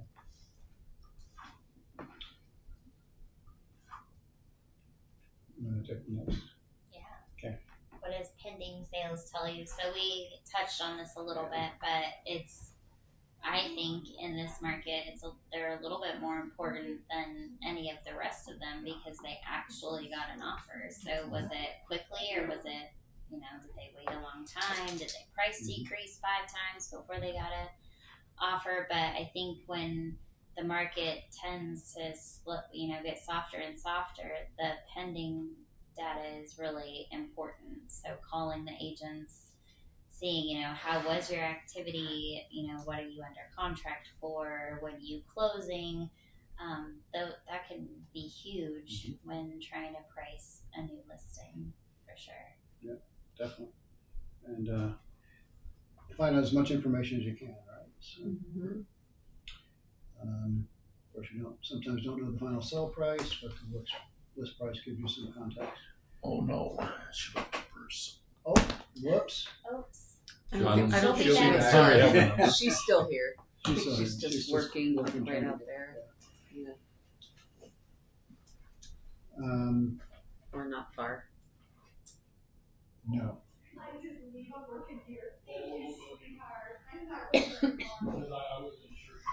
7 deadly seller sins. That's a good one.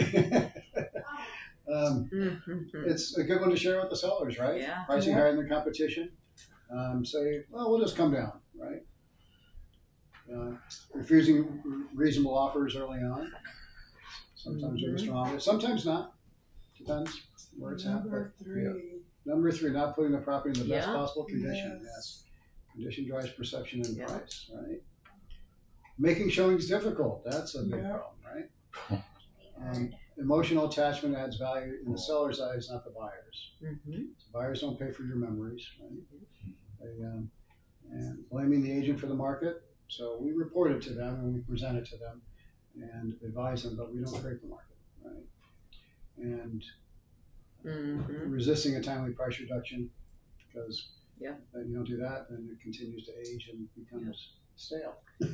Would you actually show this to a? Sure. Yeah. Sure. Okay. Yeah. I think prepping your sellers right up front of these are all the things that are Blaming gonna the make agent them- on there though is kind of interesting, but yeah. And you can put it just like, basically buyers set the market, Right. agents. Agents. and Right. There sellers you go. don't. That's a good one.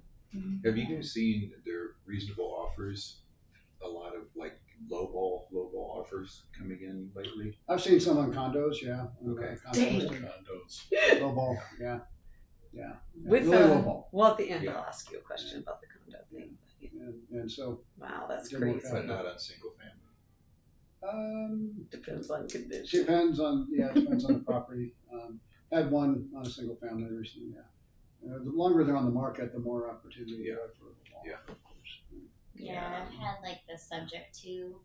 There's a lender or investor, somebody Yeah. that's out there that's sending emails like, "This is what I'll I've do," gotten and those. Yeah. so but that I haven't gotten like a realistic lowball offer, I would say. Okay. So some mistakes to avoid. Using too wide of a comp pool that maybe you're comparing apples to oranges, in the comps. Not paying attention to the market direction and shifting markets. You gotta, like you say, we were saying, being as close to that time frame as possible. Yeah. If we're going back too far, it may not represent where the market is right now. Compromise price to appeal to the seller. I think we've all done that at times, but it doesn't necessarily reflect where the market's at. I think having a plan in place, if they want to price it a little higher, have a plan within a short period of time to reposition it and lower the price. At the time you take that time on the listing agreement, put that on there. That, okay, we'll list at this price, but within 2 weeks, if we're not getting an offer or activity, then lower the price. We talked about the Z estimates and AVMs and CMAs, but educating them and not, I think you don't have to be defensive and trash the estimates or the AVMs. It's just that it's an algorithm, it's a calculation. But And they've never been in the home. They've never been in the home. Yeah. Just for two same size homes are not equal if one needs 30,000 or that's for sure. what a seller paid for invested doesn't determine the market value. So that's an important one. And not revisiting before going live. It was done 3 weeks ago. CMA may be out the window with what's happening in the market since.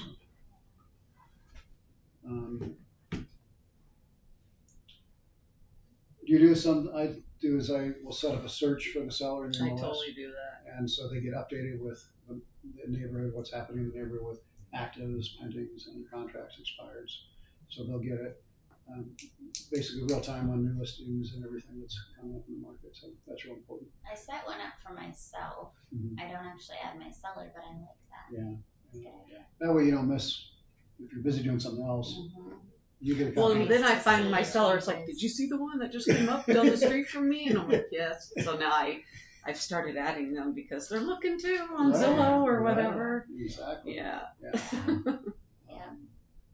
And then, I think seeing firsthand, taking them out and premium listings is real important when you're pricing the property, so they can see. And I think communication is the key with everything in real estate, but with sellers, if it's a slower time, that's really vital to keep them updated. And there's tools, and we'll go into some of the other tools here in a moment, but showing time as a tool where you can see what the showing activity's been at various price points, and so the pricing benchmark analysis, see how you're comparing to the competition, and so those are good tools to provide to your seller. Of course, pricing presentation, I think you lead with the market. The supply and demand context, walk through the comparables, and what they're up against, addressing the competition, and a bracket range first, like you mentioned, have a range in your mind, and also to the seller. This is the range, and I liked what Stephanie brought up about the Buffini presentation. When you go back and, without new paint, new carpet, this is where you're priced at. So that's a good. And asking the seller after looking at all this, where do you think we should price it at? So. Yeah, I think just having what you're going to tell them when they're going to push back on price, because they're probably going to push back on price, unfortunately, in this market. So, but I think also coming in with stories of, hey, like I listed this property where they wanted me to, we're still sitting on the market, and now we're $30,000 less than if we just would have listed where, I recommended. We might have had an offer, but now we're all the way down here. They're never even going to hit that number. So just kind of real life examples of what's going on out there, I think helps them choose better. Right. And then if offers don't come, if offers don't materialize at the original price, what price reduction would you be willing to consider? Set that expectation up. What was that? Looking for water. Right. Exactly. I gotta go potty, Mommy. No.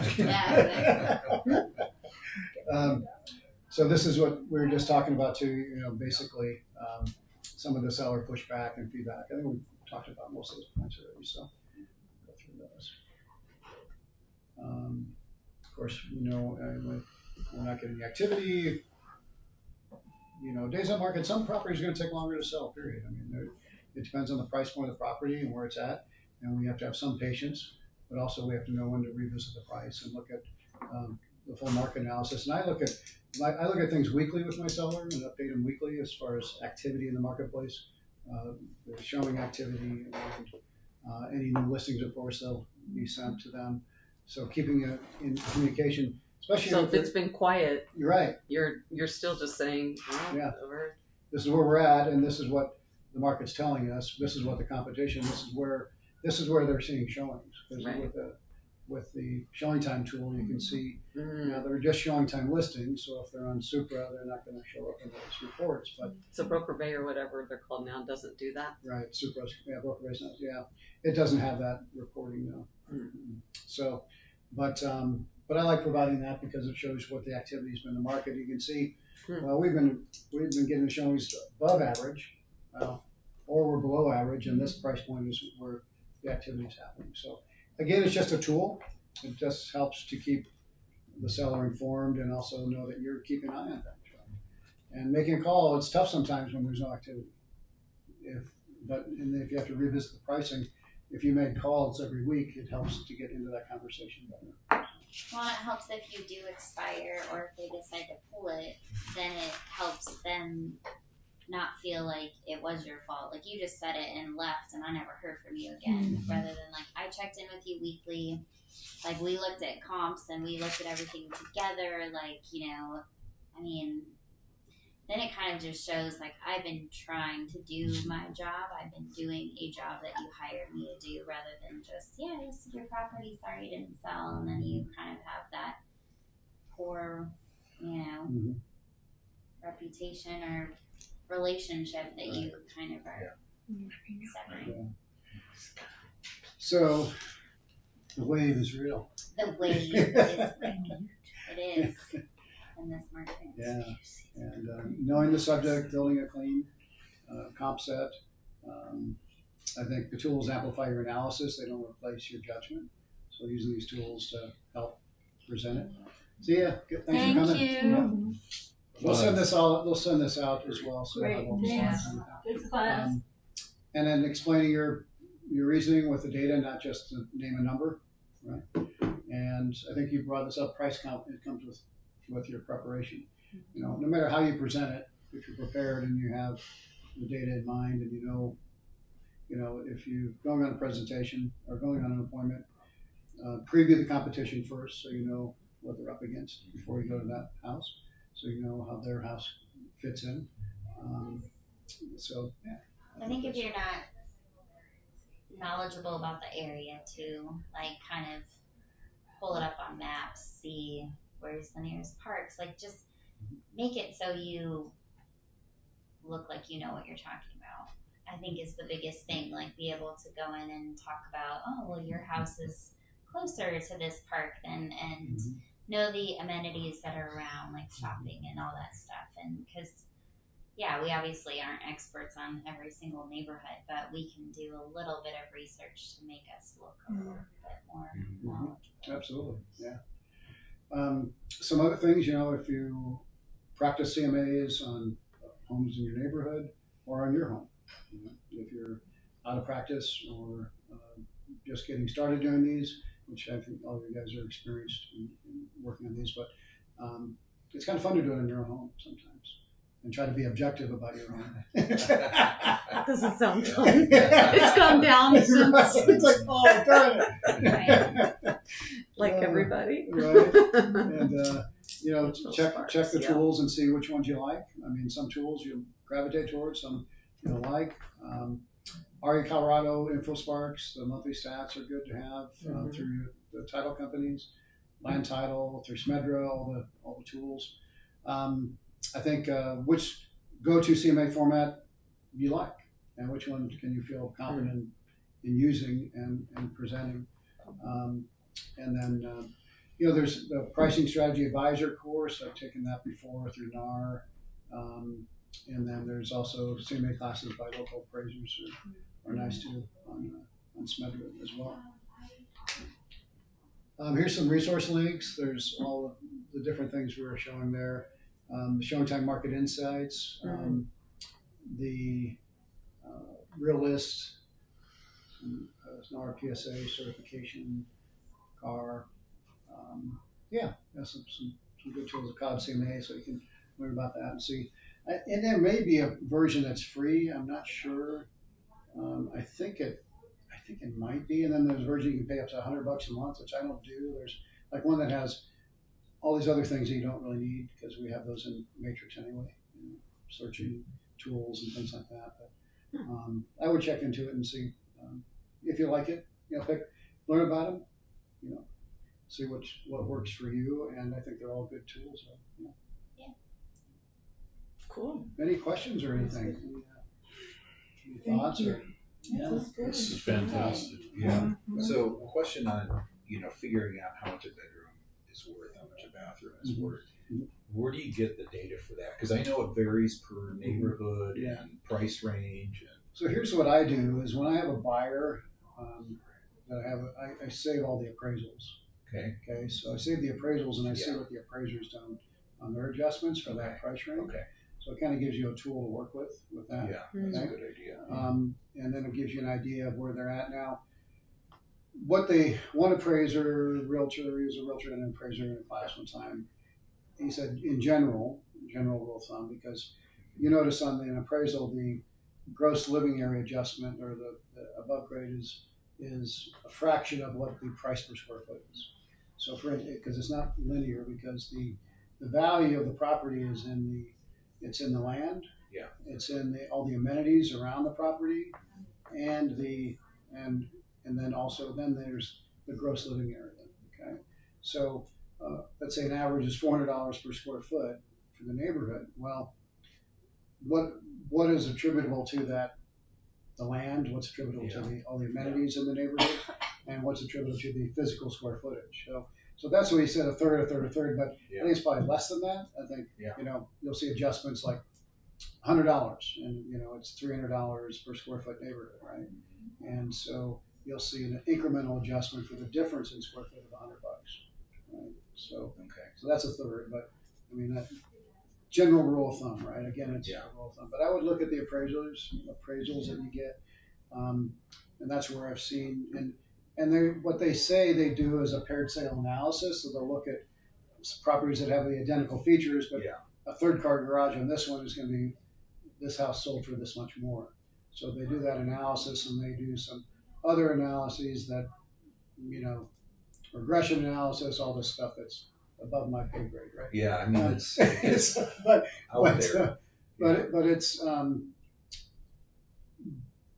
But what I've seen, and again, we're looking at a range, right? And if we can, for instance, if you can get comps that all have 3-car garages, if it's a 3-car garage, look at those, right? Because in some neighborhoods, it might be the outlier, right? Mm-hmm. Maybe they all have 2-car and this one has a 3-car, or it has a huge outbuilding or something like that, right? And so you have to kind of try to find the most similar comps you can. Yeah. For an extra bedroom, I think depends on if it's in the basement, and that's where because you look in the MLS, it'll say a 4-bedroom, but it's the 4th bedroom's in the basement, right? So how much is that going to equate? I mean, is that worth the cost? Like in a basement, I have a listing that she decided not to have the bedroom put in the basement. There's an egress window there. There's a space for it, and someone could close off the walls for probably $5,000. Okay. There's a bathroom down there, so it could be done. It used to be $2,500 to do that, right? It was probably $5,000 for a contractor to come in and drywall and put the framing and everything. Yeah. So you could use that as a potential adjustment for that particular situation. So the cost to do it is one way to come up with that. But trying to identify if, in some areas, a 3rd bedroom might be worth a lot more. In areas where there's a lot of 2-bedroom homes and there's a legitimate 3rd bedroom, it might be worth more money for that. I would just be conservative in this market. Yeah. So I mean, if you're looking at comps that are out, say like you have a 4-bedroom, 3-bath, and all of them are 3 bedrooms, 2-bath. Maybe you go up $5,000 or something based on what it actually is, but I would just be really conservative with what you're doing based on how quickly, because I mean, if what we're seeing is homes that are in the 800s to 1.2 are selling way quicker than stuff that's lower than that. So depending on your price point, maybe you could adjust more, but I think kind of like what we said, the actives and the pendings are going to tell you a lot more than what a sold is going to tell you right now. So just, I mean, I don't use exact numbers, or I just kind of go with, it sounds weird, but I kind of just go with my gut. Like with this listing in Greeley, it's 3-bedroom, 2-bath. We have a full unfinished basement. So, I mean, it's really 1,400 square feet, but it could be around 3,000 square feet. But I used a lot of comps that are just the 12 to 1,500 square footage. They didn't have the basement. because I told them, like, you know, it's really not usable. Yeah, you have a lot of storage and stuff, and you have a lot of opportunity. But in this market, like, I'm really afraid to give you that much more for your basement because stuff is not selling quickly. So, like, I priced it at a home that didn't have a basement. And we have some interest, but we're sitting. We go through this next weekend. I'm thinking to myself, crap, we're going to be sitting for 30 to 60 days. So it didn't fly off the market. And that is something that you kind of have to prep your sellers for. He's like, you know, I want to list at 410 and I listed at 400. And like, you know what, Grant, if it flies off the market and if we have a bunch of offers, like, they're going to drive up the price for you, and I'll pat you on the back and say, great job, you know, but at the same time, like, so that is something that's a little nerve wracking. Like, your seller's going to come back and be like, you didn't price it well. Like, I could have got so much more. But I had one in, not Wheat Ridge. Yeah, Wheat Ridge. There, where we got one offer, one showing, it went for 5 over list price because that was the house they wanted. They had already lost one, and he was like, well, maybe we should have priced it higher. And I'm like, you had one showing and one offer. Yeah. I was like, you didn't have people banging down your door. So, I mean, I think it is the fear of, like, maybe leaving money on the table. Yeah. Yeah. But That's a big deal.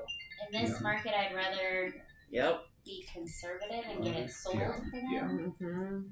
So, It's challenging. It's hard to know numbers wise how to adjust for that. But I do like the keeping your appraisals and kind of seeing what your appraiser is doing. That would be super helpful. But every appraiser is different, so it's different reports, right? It depends on the lender or what kind of loan. Well, the report standard. Oh, yeah. I thought you were talking about. Never mind that. Yeah, I understand. Yeah, so the appraiser for your buyer, just because you'll get. So you always ask for the lender to send you one. That's a good idea. Will they, if you're selling, they'll send it to you? Yeah. Okay. The I was buyer, wondering, because usually the agent won't get it to you. No, this is on your buyers. Oh, your buyers, Your buyers, yeah. I'm thinking on the sell side. Yeah, the sell side you usually won't get it. Yeah. Unless it's low. Yeah. Here you go. Right. Yeah, exactly. But Hey, just one last question for me. It's, do you find where, and I know this is individual and it's how long you've been in the market and all that, sometimes you just like, I'm going to walk away from this because they are so unrealistic. It's not worth the headache or the heartache. They're not going to budge, where you just say, you know, I'm not going to do this in a nice way, of course, but walk away from it. Sure. So, well, you could, yeah. I mean, if you're speaking to being on a listing appointment, yes, and they want to, and you're like $50,000 over the market, and you're like, there's no way, and they're not going to budge, and you're like, I don't want to do this. Yeah, I mean, it's your prerogative. I think it's probably worse to take that listing and that's not going to sell. Okay. And the time and money you're going to put into it, than to and to get. You can tell the seller, sorry, I can't confidently represent you at this price. Okay. Because what happens, I don't have any listings right now. Right. So you tend to want anything. Right. And I played a lot of poker in my day or whatever, but or it's like a gambling thing. It's like scared money. If you have 15 and the dealer has 10, you have to take a hit. Right. You have to.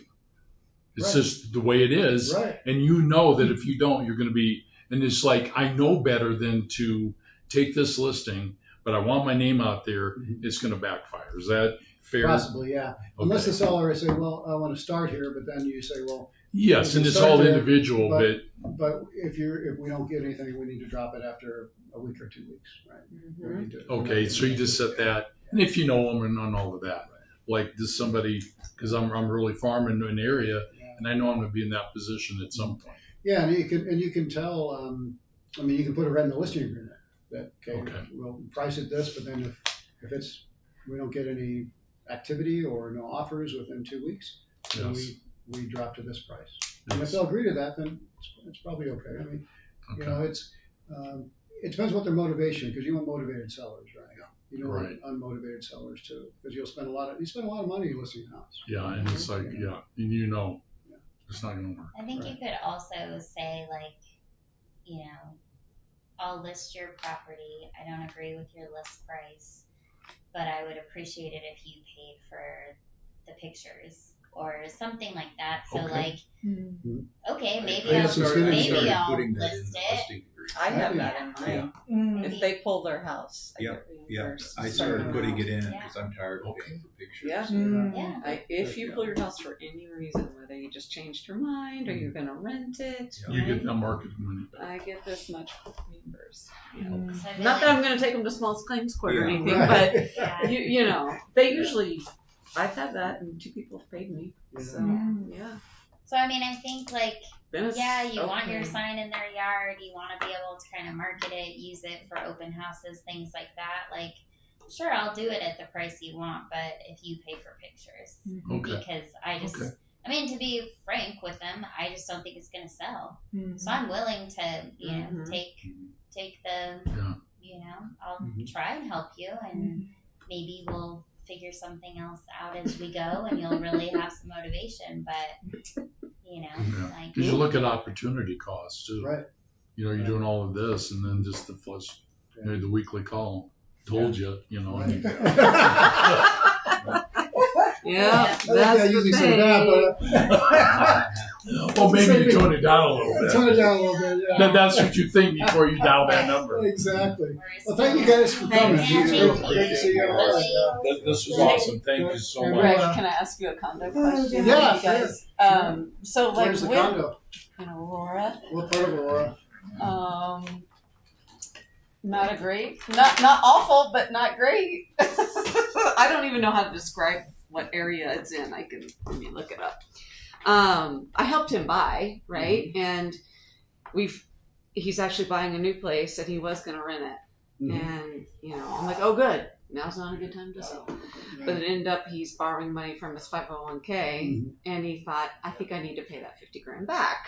Mhm. So maybe I will sell. Mhm. And he is very good at being coached and listening to me, Okay. which is great.